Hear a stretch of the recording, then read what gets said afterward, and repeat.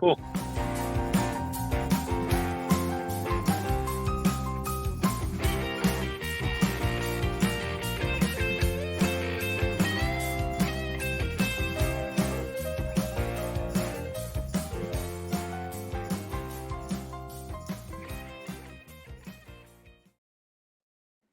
We got our own art for this now. Nice. Was that your movie? It was like a little. There is a thumbnail for pros, cons, and observations in Canva that we used last week. Good movie, though, cunt. See what happens when you're fucking mean to me? See what happens when you're mean to me, right? I was directly on time at 3:00 in the afternoon on a Monday. You're yelling at me via text message. Fuck off. I told Bobby, go watch this. I'm gonna get him all worked up. Such a fucking asshole. Exactly. It worked. Mental It mind worked. games being played by Raymond.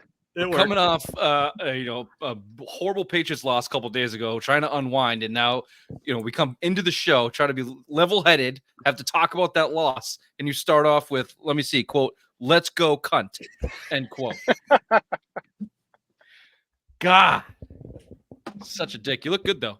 Thanks, babe. You too. You lose another fucking organ, or not yet? Okay.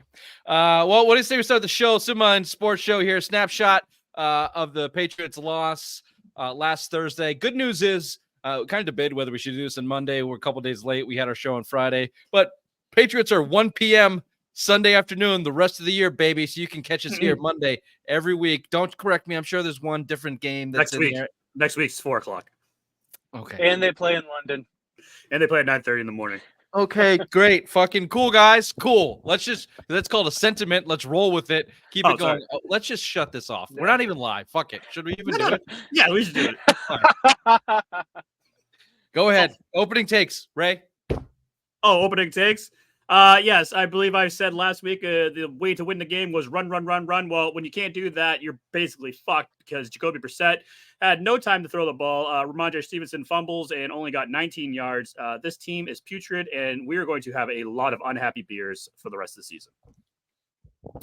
Nice reaction there. I got a big overarching opening take, Bobby. You got something a little more nuanced, or you want to go? It's slightly overarching, but we'll see where it goes ahead. Here. The Patriots, they had a completely out of character showing from what we thought the first 2 weeks was. We have to find out, are they the first team we saw from the first two games, or are they this team? We don't really know, but we're going to find out against the 49ers next week. I don't think we're finding shit out against the 49ers next week from an injured team out west and this team coming off this loss. But neither here nor there. Here's your big overarching idea. It was all Bill's fault, wasn't it? It was all Belichick's fault. Let's can the old man.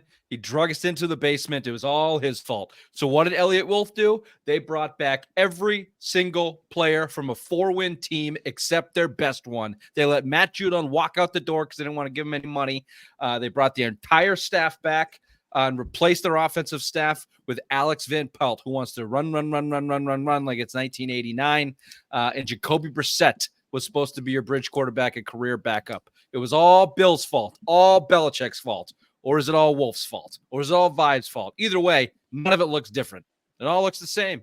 Same sad beers, Raym. Same sad, disappointing, desperate, pathetic result when punched in the face, absolutely crumble. And really disappointing to see. I mean, how are you supposed to feel any different than we did last year at all? I don't feel any different. What's the major change other than Bill Belichick not being here? Doesn't even feel any different. You might have the guy in Drake May, but when he went into the game, he didn't look any better than Jacoby Brissett. Okay, well, we'll certainly get to that. This is the Patriots snapshot. Week 3 loss 24-3 to the New York Jets. Pros, cons, and observations coming to you right after this. Let's do this one.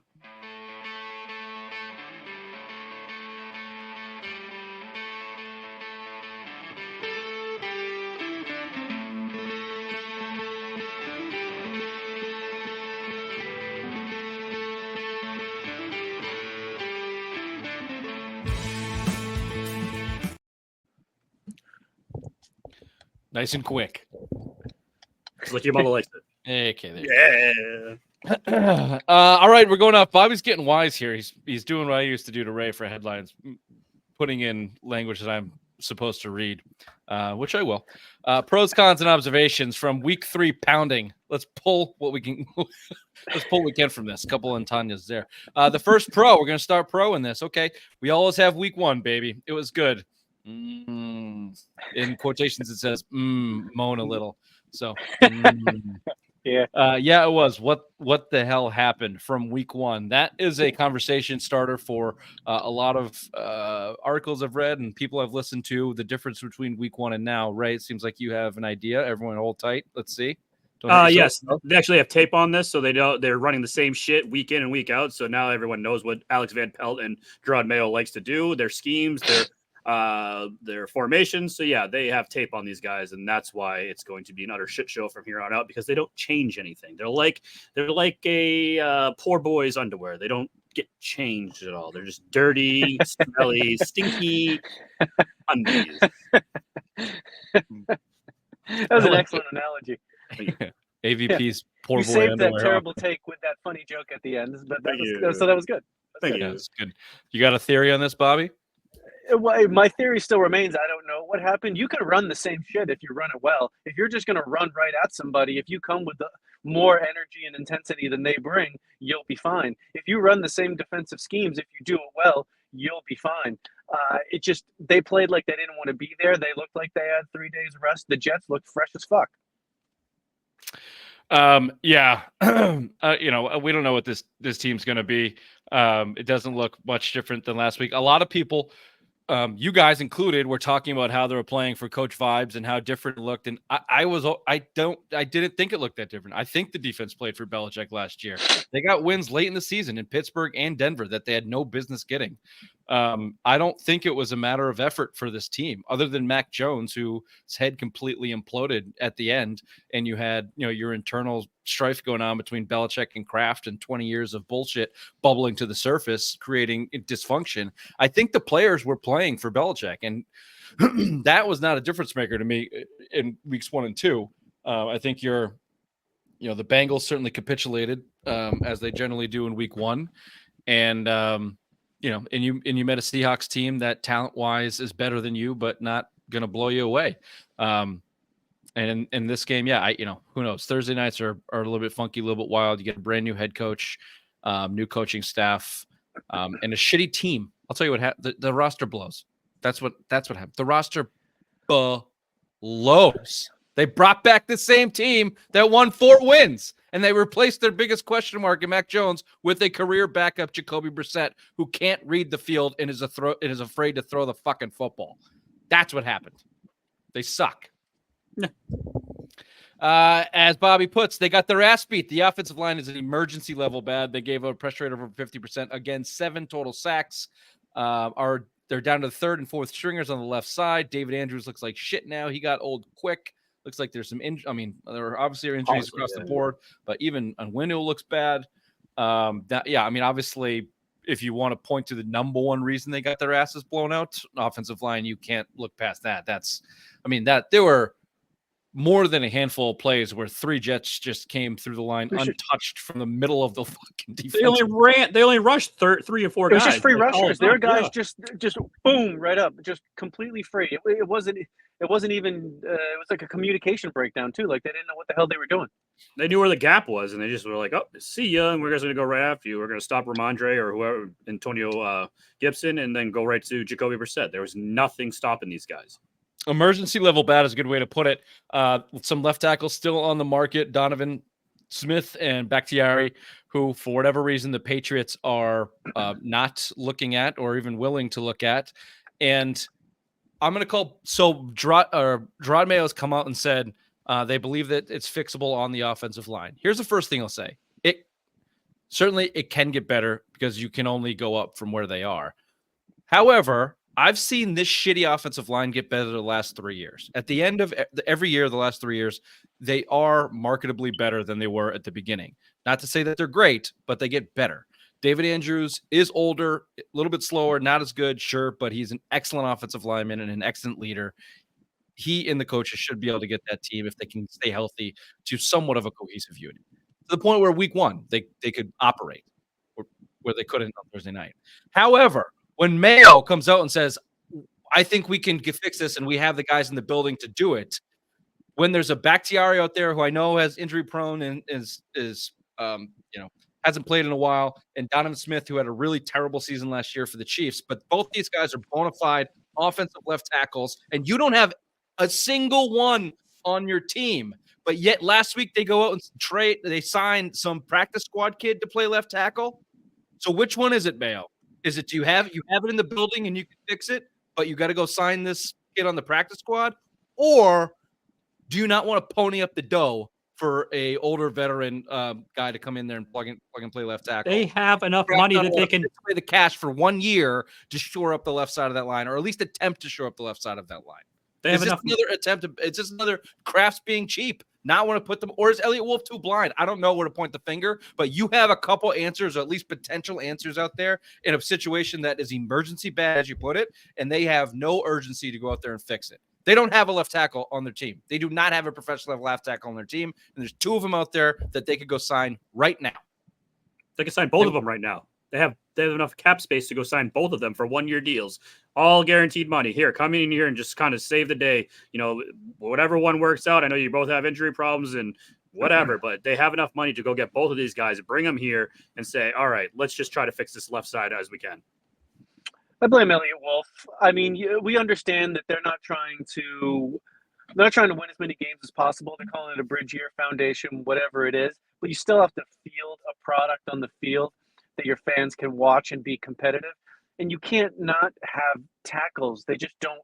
They don't have tackles. Their big plan was Okafor, who literally he quit. He said no mas. He said no mas. He literally quit. He was supposed to be their left tackle. And the other guy is one that they drafted. They said he was going to be the left tackle, and then they're just like, maybe not. Yeah, Caden Wallace, unfortunate debut there, thrust in the left tackle spot on Thursday Night Football with Venerian logo down, and Chuks Okorafor is out of the building. Anyone who was not following that, he was, I forget the name of the clause, but whatever the NFL clause is, unable to perform for 5 days. Basically, a team can put a player on this list for 5 days. And it doesn't count against the roster, and it doesn't count on IR. But then after 5 days, if they don't report back, they're done. Can't play for you for the rest of the year. So Chuks is done, out the building, not coming back to New England this year, probably ever. So bye-bye. Yeah. Failed NFI. there. I think it's NFI, non-football injury or something like that. Whatever it is. It was 5 days. That 5 days has passed. Yeah. His NFL career is probably over. You don't get to just quit. No, generally not. No, he'll show up somewhere else probably, and then have like a breakout Pro Bowl type season. Observation: Pats looked like the only 3 days rest. Pats look like they only have 3 days rest. I'm disinterested. Jets look like it Tuesday night at Arenas. Really, really, really into it. You added another really, you son of a bitch. And in it. Are the players already over it? Is it poor coaching? Go ahead, Bobby. Yeah, I mean, I'm a little worried that the coaching in this short week. I think it's the first time that the staff ever had this, and it just the players, especially on defense, I'm talking, they didn't look like they knew what to do. They were always in the wrong spot. I'm worried that the loss of Bentley, that he was getting everybody lined up appropriately, and that they don't have a player that can do that for the rest of the year, and that this defense might be looking underperforming moving forward unless they can figure that out. If you want to give him an excuse, if you want to give him an out, Bentley is the best one. On a short week, walking into an Aaron Rodgers-led offense, which we can get to in a second if you want. He looked, vintage Rodgers, carving up the defense. Toot, Ray. Told you he was going to do that. But you can use Bentley as an excuse for the Patriots and not having a veteran signal caller out there, since he's been doing it. I would guess since Hightower left. Maybe McCourty was the guy from the backfield calling the shots, but he didn't have the mic. So, Bentley's been the leader of your defense for a long time, and without him gone on a short week, sure, you could chalk up some anticipated confusion on the field for that. But it's not that. They suck. They don't have the players to do it. It's another failed. It's another failed position of need that Elliott Wolf did not even come close to addressing. Linebacker is what I'm talking about. Playmaking linebacker is what I'm called for a long time. But also, they don't have a free safety on this team. Did you see Simmons Justin Simmons out there pick Patrick Mahomes for the 6th time in that dude's career. Just boop, picked it right out of the air. Justin Simmons was on the streets until like a week before the season. They don't have a free safety on the team. How do you just completely ignore entire position groups? It's unbelievable. It's for Elliott Wolf not to be getting basted every week in this market for the disservice that he did to this roster is criminal. It's ridiculous. It's ridiculous. He sucks. Yep. And there's nothing you can do about it because he's going to be here for a while, I bet. Yep. Yep, he does. I mean, there's no arguing. There's no... Unfortunately, I think it was the edict for this year. Just get out there, draft some players, and then we'll figure it out in 25. Yeah, it's not a plan. It's like when you play Madden. You know when you play Madden and you have like, oh, you can't play this game today because you don't have enough free safeties or you don't have a free safety in your roster or a linebacker in your roster. I know I'm a nerd. I fucking play Madden. Okay, get it. But yeah, that's you don't even play it well. You don't even have a. I probably don't. Yeah, right. No, I probably don't. But I'm just saying, like, that's what Elliott Wolf needs to go through. Is like, oh, here's my depth chart. Oh shit, I don't have a free safety. Maybe I should address that before this fucking season starts. That is on brand from the Simple Minds Sports Show. Elliott Wolf, to get better, play Madden. Yeah. Thank you. See, that's all it takes. Yeah, they don't. I mean, look, who knows? The question you posed at the beginning of the show, Bobby, what are they? Week 1, week 2, week 3? We'll find out. I don't know. We'll certainly get in a full sample size from the season, and I'll anticipate right now that it's all going to come back to the front office and the way they design this team, and dial it all the way back to the owner and his comments this year that Gerard Mayo has been the head coach for the last 5 years. That's not a plan, man. That's not a plan. Their quote unquote plan is falling apart by the seams week by week, day by day, under the leadership of this anointed one, Coach Vibes, and his running partner, Elliott Wolf.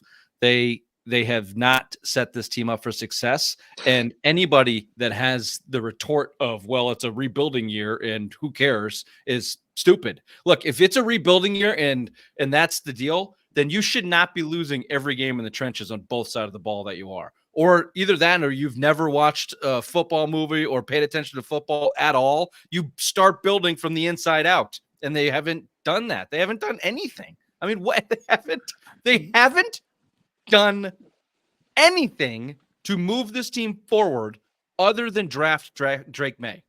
That's it. Yeah, that's it. That's the only big move that this team has done from the front office standpoint to push this team forward is draft Drake May. Well, you heard the big rumors, right? Yes, go on. The Antonio Pierce rumors from the Vegas game the other day when they lost to the Carolina Panthers. Oh, no, I have no idea what you're talking about. Okay, basically, Antonio Pierce came out, press conference, said, there's a lot of people playing for themselves out there. And, starting next week, we're going to start, being the Raiders and going into work for ourselves. And, like, if you're not with us, you're out of here pretty much. And they're all saying it's Davante Adams. And now if you go to the Patriots message boards, here comes Davante Adams to the Patriots because we got the cap space for him. I'm just sick of hearing this shit. Like, no one wants to come here. Like, let's just stop with the rumors. Like, basically, we should have taken Joe Alt, kept Bailey Zappi here, brought in Jacoby Brissett, had a, like you said, build from the inside and then work your way out. Get someone for a quarterback next year. Hopefully, it's either a free agent or the draft. I don't know. The draft class is probably bad. Bobby could speak more of that on because he's the college guy. But basically, that's what you should have done. Joe Alt looks great over there in fucking LA right now for the Chargers. This team just doesn't have a fucking blueprint on how to get better. And it's going to be a very long time and a very big, long rebuild until this happens. Yeah, I don't know. We're a little bit of a rabbit hole down the bigger picture. We can maybe talk more about that on Friday. But back to the game, just to dive into the defense a little bit more, as you put Bobby here as a con. The defensively had no energy, crap plan, really missed Bentley, as we talked about.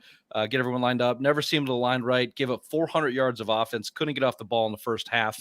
They were doubled in time of possession. In a game where you lose 24-3, like, how does your quarterback only throw 18 times? That is kind of abysmal. And it's because your defense couldn't get off the field. And Aaron Rodgers was carving you up. Every third down, long, short, intermediate, didn't matter. Got it. Boom. Right in the sticks. Let's move.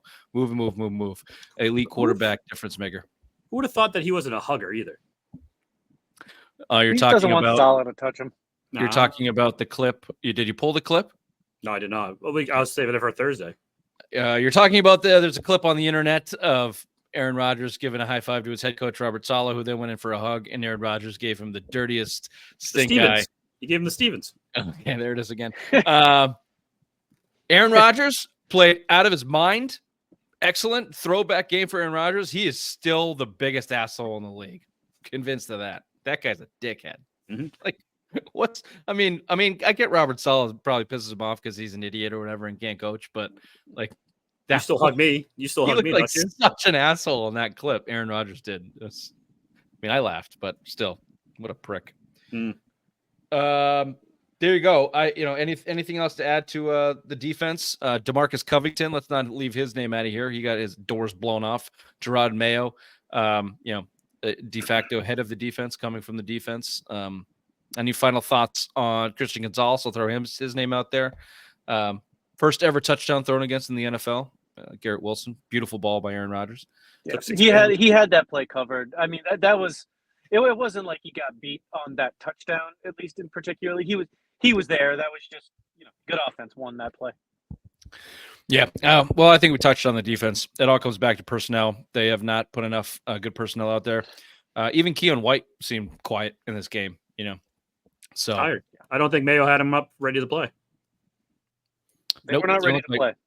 Whatever did not look like it. And I'll say this too, as a bigger picture, going to playing San Francisco, what kind of bounce back do you have as a coach? Are you able to get these guys back and rally up in what amounts to a mini bye week? Let's see what kind of response they have. They will lose to San Francisco for sure, but what kind of bounce back do we look like? And then from there, boys, we'll talk about this next week after the loss to San Francisco. They'll be 1-3, exactly where everyone predicted them to be, with a soft point in their schedule coming up. Can they make some moves? Can they make some moves with the young number 3 overall pick, Drake May, who got his first NFL mop-up duty and looked okay. Bobby, you put it up and down. Got NFL reps, better than Big Black Hoyer, but he might die if he plays. He did look like he had happy feet and scattered brain, and who could blame him with that offensive line? But you can see the athletic difference between him and Hoyer. I mean, when Drake May goes back to throw the ball, I still don't trust it's going to go where it needs to go, but I know it's going to get there quick. And when he pulls it to run, I have faith that he could pick up 40 yards. So we will see him I don't know if it was a quote or it referenced. I just saw it today. Maybe I'm late on this. Gerard Mayo basically said Drake May will play this year. We'll start this year. And everyone's anticipating that sooner rather than later, either because Jacoby Brissett will be decapitated at one point, the plan is there is a plan, confirmed plan. Albert Breer said this, right? Today, did he say that? Mm-hmm. Confirmed plan. Drake May will start this year. So your thoughts, whatever you saw in the game or moving forward with Drake May in the season. Go ahead, Big Bob. Yeah, I think, again, you could just see the athletic difference. You could see why he was a good prospect and the number overall 3 pick. He's got the athleticism. He's a big guy, but he's a little skinny. He needs to bulk up a little bit. He's still young. I mean, it's a tough spot to come in at the end of that game. I think he'd look better prepared mentally to go in the game later. I think he kind of has to. I think we've all seen enough of Brissett. I totally understand why they kept him out, to see what they can and won't do. I think week 5 against the Dolphins, it kind of feels right. And then they get into the soft belly of the schedule after that, and they have like 4 out of 5 home games that are all winnable. So I really think that, he should come in there.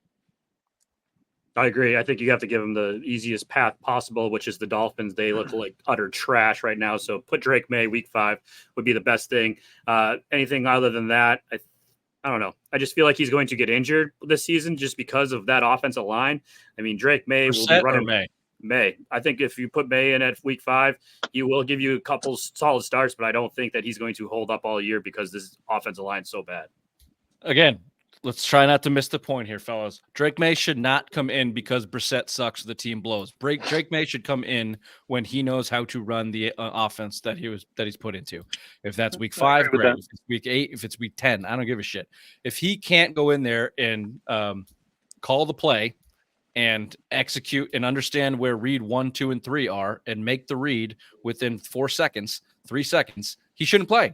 He just shouldn't play because we see what happens to rookie quarterbacks across the league when they're thrown into shitty situations. And guess what? This is as shitty a situation as maybe you can get outside of Carolina, unless you bring me the Red Rifle, who just shows you exactly what it's like. Put his nuts on the table and said, "Fuck you, Bryce Young, you little queer." Ooh. Wow. Hard cue. I mean, probably deserved. Whether Bryce Young sucks, which he sucks, he's too small and can't play. Sorry, Ray. But obviously the situation screwed him up, man. Often. So, look, Drake May should play when he knows how to run Alex Van Pelt's offense. Whether we believe in Alex Van Pelt's offense or not, it doesn't seem that complicated. It's got to be easy. Run. Zone right, go. Yeah. Zone left, go. Throw, incomplete. The more likely scenario is Brissett for sure is going to get hurt, and that will start the Drake May era. Yeah, it's going to happen. It's going to happen real fast. I everyone's been giving their flowers to Brissett, basically for just being the torchbearer of pain and punishment, and he shouldn't get it. He's getting his ass kicked out there. But I've never seen a guy grimace every single time he gets hit. He gives a wince and a grimace. Bobby, is there a murderer behind you? I saw that too, yeah. Is there a homeless man in a construction shirt and a bucket hat with a knife, wielding a knife behind him? Oh, man. Bobby dies on this. We'll be instantly famous. That would help with a lot of problems. That would definitely get our viewers, our numbers up. Would. Yep. I see you eyeing it. Corner of his eye. He's worried. He watched him in the rearview mirror. Now he's watching him on the eyes. He's in Connecticut, undisclosed place in Connecticut. You can't trust anybody in that state. Exactly. Mm-mm. No, you cannot. Okay, well there you go. Final thoughts. Who's the real Patriots? Week 1, 2. Is the season over? Just a game. What a shame. They got on a home plane in the rain. Irene gave them brain. Everyone's wang was drained. This has been the Semi Sports Show. Snapshot week 3. Patriots lost 24-3 to the New York Jets. See you on Friday. Bye-bye. Hopefully Bobby's not dead by Friday. Bye-bye.